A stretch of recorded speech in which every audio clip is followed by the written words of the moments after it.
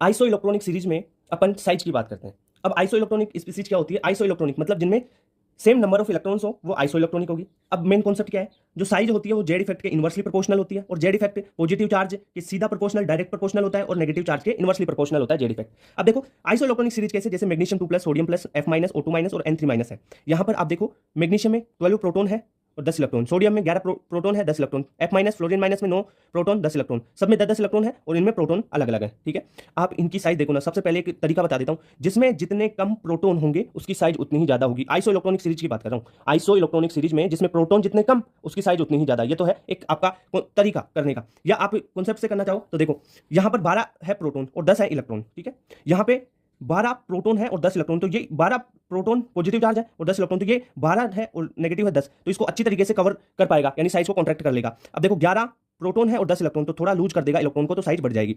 फिर 9 ही